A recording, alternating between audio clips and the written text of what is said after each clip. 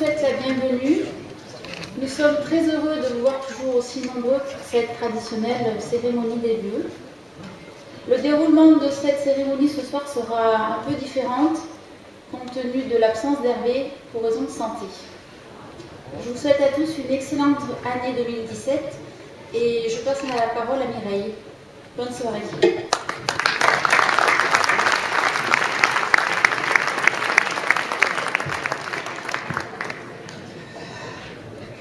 Je m'associe au remerciement d'Audrey d'avoir vu tous pour être venus ce soir, entourer Hervé, j'imagine. Je pense que lorsqu'à l'entrée, nous n'avons pas salué avec Hervé comme vous en avez l'habitude. Vous aviez déjà compris qu'il y avait un petit changement, justement. Alors, voilà, Hervé a eu un malaise sérieux dernier jour des vacances. Grâce à l'intervention efficace du SDIS de la Savoie, eh bien, les conséquences fâcheuses ont pu être évitées. Et je saisis cette occasion pour remercier le SDIS de la Drôme et tous les pompiers de la Drôme, et en particulier ceux qui sont ici, pour toute l'action qu'ils ont pour les personnes qui se trouvent soudainement en difficulté. Et je dois dire que j'ai eu une grande reconnaissance pour le SDIS de la Savoie et qui s'étend bien entendu aux pompiers de la Drôme. Donc Hervé est actuellement en observation à Chambéry, on lui fait des tests, ça se passe bien. J'espère donc une sortie en fin de semaine, c'est ce qu'on a dit tout à l'heure. Ensuite, ça sera un petit peu plus compliqué parce que Hervé va devoir se reposer et nous le connaissons tous, c'est un actif. Mais ça me paraît nécessaire après cette année qui a été difficile pour lui, vous le savez, et aussi après cette alerte. Voilà, en tout cas après cela, quand Hervé me charge de ses meilleurs vœux pour vous tous, et nous serons tous les deux très heureux de vous retrouver dans toutes les occasions qui ne manquent pas de se présenter dans la Drôme. Et je laisse maintenant la parole à Jean-Pierre Point, le premier adjoint au maire, qui va vous présenter lui-même les vœux de la municipalité. Merci beaucoup.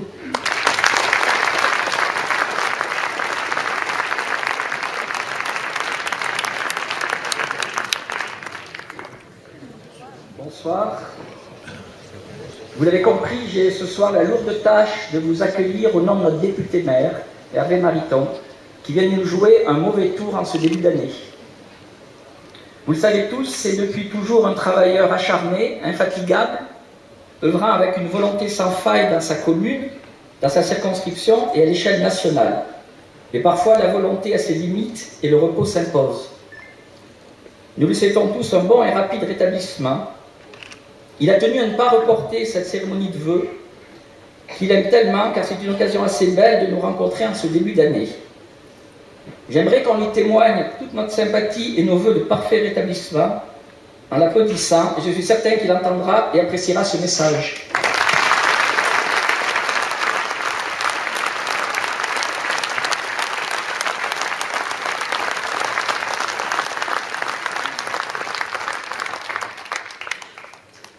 Merci pour lui.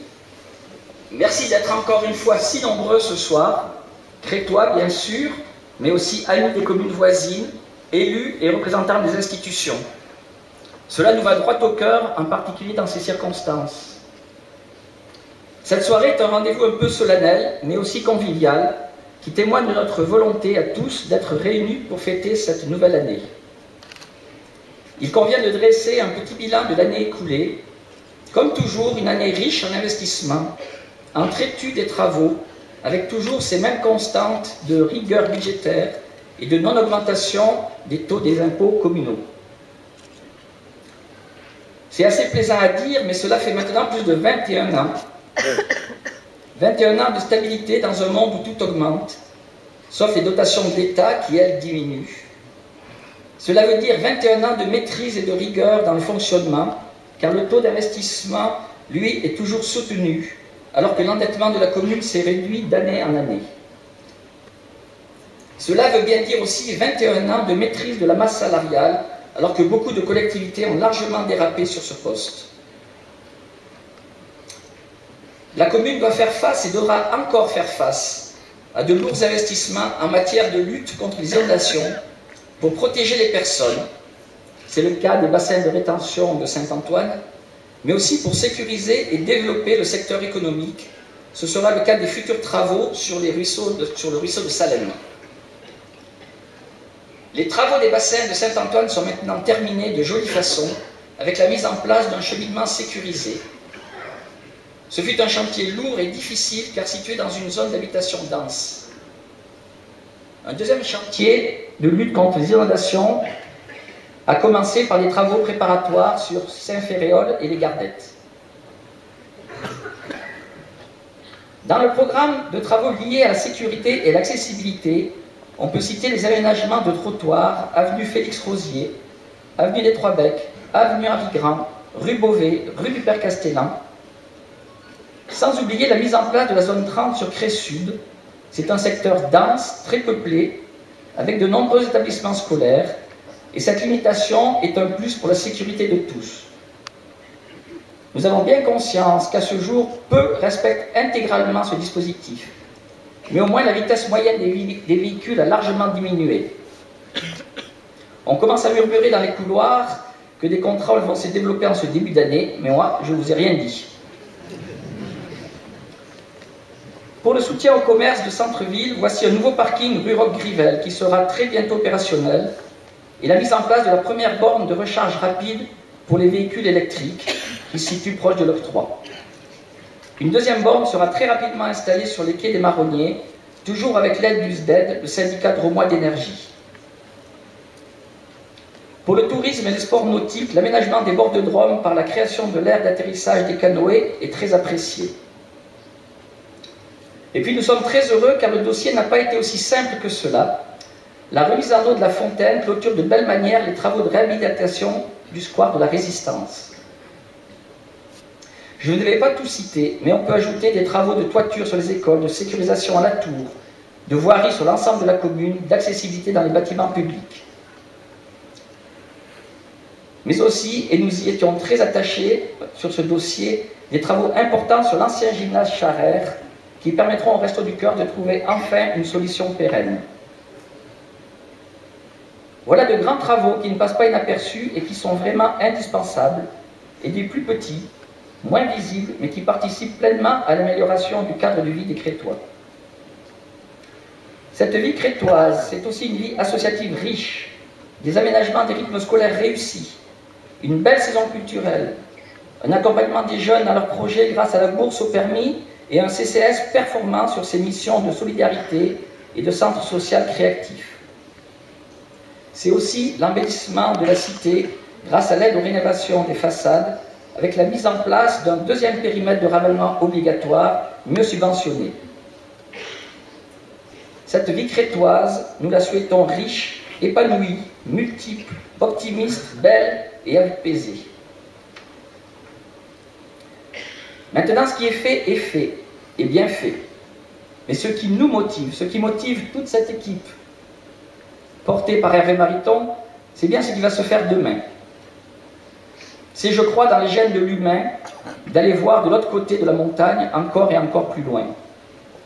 Je voudrais vous parler de quelques opérations qui, après les études nécessaires, débuteront leur phase travaux dès cette année.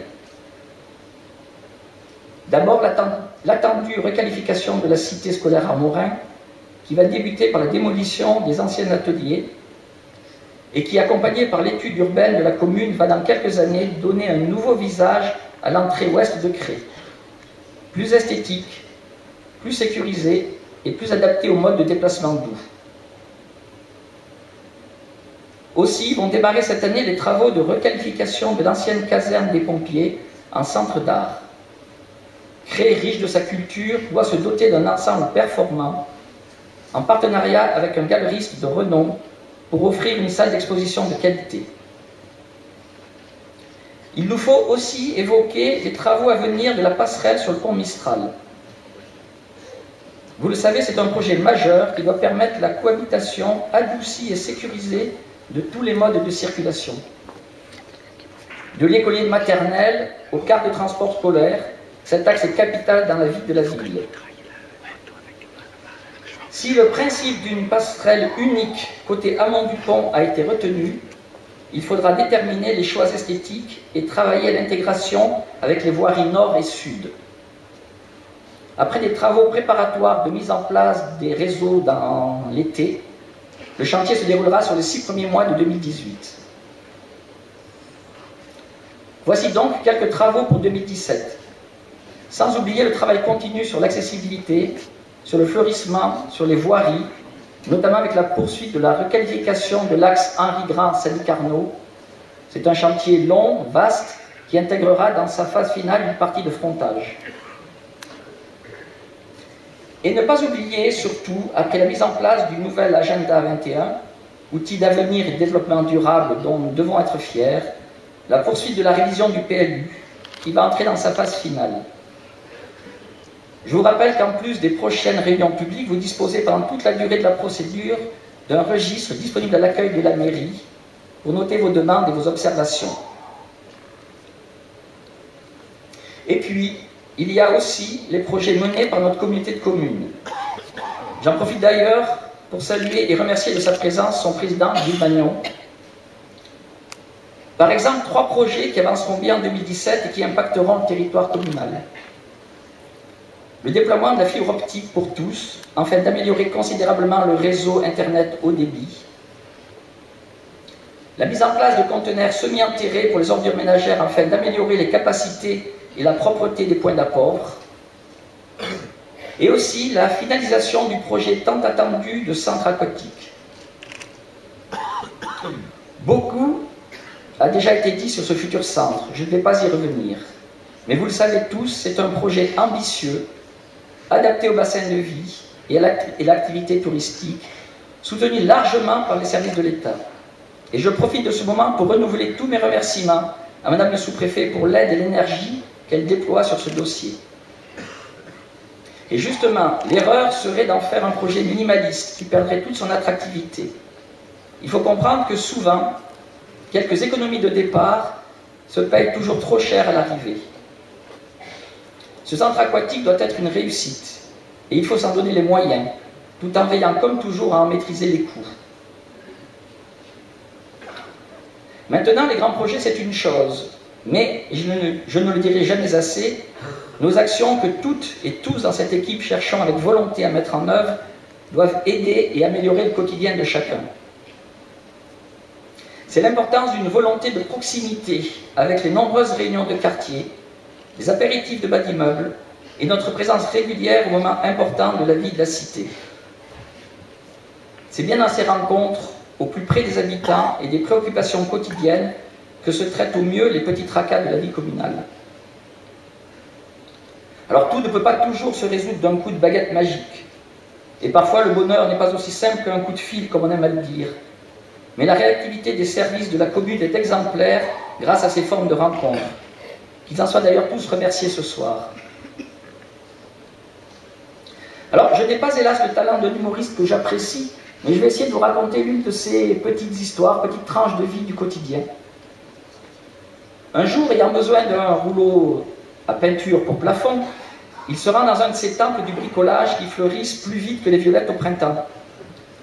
Là, un vendeur, un expert sûrement, lui propose un tout nouveau produit qui, selon lui, est une pure merveille et qui surtout va lui changer la vie. De retour chez lui, avec des paillettes plein les yeux et devant sa famille réunie pour cette nouvelle expérience, il s'empresse d'attaquer les travaux. Hélas, hélas, hélas, après quelques essais, la désillusion est totale. Et le regard des proches en dit long. Découragé, humilié, plus blanc de la tête aux pieds que le plafond lui-même, il se rend de nouveau dans ce célèbre monument dédié aux bricoleurs de tout poil pour revoir le vendeur et lui dire tout le bien qu'il pense de lui et de sa formidable machine. L'expert en peinture, sûrement bien rodé aux différents reproches, lui lança alors, les yeux dans les yeux, cette terrible phrase « Je vous ai dit que cet appareil allait vous changer la vie, pas qu'il allait vous l'améliorer. » Donc, tout ceci pour vous dire, d'abord que, vous l'avez remarqué, je ne cherche pas à faire carrière dans l'humour, mais surtout de vous méfier de tous ceux qui vous promettent, et ils sont nombreux, de changer votre vie. Nous essayons simplement, dans la continuité, d'améliorer votre quotidien, pour que la vie de la commune soit plus facile et agréable aujourd'hui qu'elle ne l'était hier. Alors cela passe effectivement parfois par de grands et beaux projets, mais aussi très souvent par des petites attentions, des services de proximité. Merci de nous aider dans cette tâche par votre vigilance de tous les instants. Et puis malheureusement, il y a juste un an, à cette même place, j'avais espéré une année 2016 plus sereine et moins dramatique. Et là, ces événements ont décidé du contraire, amenant leur lot de terreur et de fracas. Quelques spécialistes bien pensants nous prédisent un avenir sombre et surtout nous invitent à faire avec. Il faudrait maintenant savoir accepter un monde dans lequel à tout moment un acte extrémiste et meurtrier pourrait endeuiller le pays. À aucun moment il ne peut être question d'accepter une situation de ce type. À aucun moment ce monde instable, incertain, horrifique ne doit devenir une réalité. C'est donc à nous de refuser cette perspective qui semblerait inéluctable en restant tous unis et solidaires. Je reviens d'un festival de cinéma européen. Bien sûr, vous pouvez tous me dire que le cinéma, ce n'est pas la vraie vie et que bien souvent, c'est un milieu favorisé. Mais quoi qu'il en soit, le cinéma reste un reflet fidèle de nos existences, de nos joies, mais aussi de nos peines et de nos peurs. Et justement, ce reflet de nos sociétés que nous renvoie le cinéma d'aujourd'hui inquiète de plus en plus. Tous les réalisateurs présents sur ce festival, qu'ils soient russes, bulgares, roumains, suédois, italiens, allemands, français et même anglais, tous observent et déplorent un repli sur soi de chacun des pays. Un repli économique comme souvent, mais aussi bien plus grave, un repli identitaire et communautaire. Il faut effectivement combattre cette situation nouvelle, car c'est en restant solidaires, unis et ouverts qu'il sera possible de lutter contre toutes les formes d'obscurantisme qui essayent de s'imposer dans le monde. Et cela commence au fond de nous-mêmes, à notre façon d'accepter notre voisin, à notre façon de vivre au sein de notre commune, de manière plus apaisée et plus responsable, et à notre façon de tout faire pour préserver et améliorer le monde dans lequel nous souhaitons vivre. Voilà, si je n'avais qu'un seul vœu pour 2017, ce serait celui-ci. Soyons moins égoïstes, moins jaloux des autres, moins fermés à l'inconnu. Il nous faut faire les efforts indispensables pour vivre ensemble, harmonieusement, en faisant taire les querelles stériles, qu'elles soient politiques, religieuses ou identitaires. C'est à ces conditions, et uniquement à ces conditions, que l'on pourra faire face. Je vous souhaite une très bonne année 2017. Vivons-la tous ensemble comme nous le sommes ce soir. Merci Mireille de transmettre à notre mère tous nos vœux de bon rétablissement et surtout de le convaincre de bien se reposer. Connaissant un peu la fougue qui l'anime, j'ai un peu peur qu'il commence déjà à trouver le temps long. Cette année, à la sortie de la salle, les cadeaux que vous allez récupérer, que l'on va vous donner avec plaisir, sont des sets de table. C'est toujours utile, des sets de table. Et encore plus utile, des sets de table sur lesquels vous allez trouver la recette sur l'un de la défarde et sur l'autre de, devinez quoi, la couve. Les deux spécialités crétoises. Et j'espère que, du coup, tout le monde va participer aux divers concours et différents concours qui se présentent. Et maintenant, en musique, allons fêter dignement cette nouvelle année en ayant tous une pensée pour notre député maire. Bonsoir, bonne et heureuse année.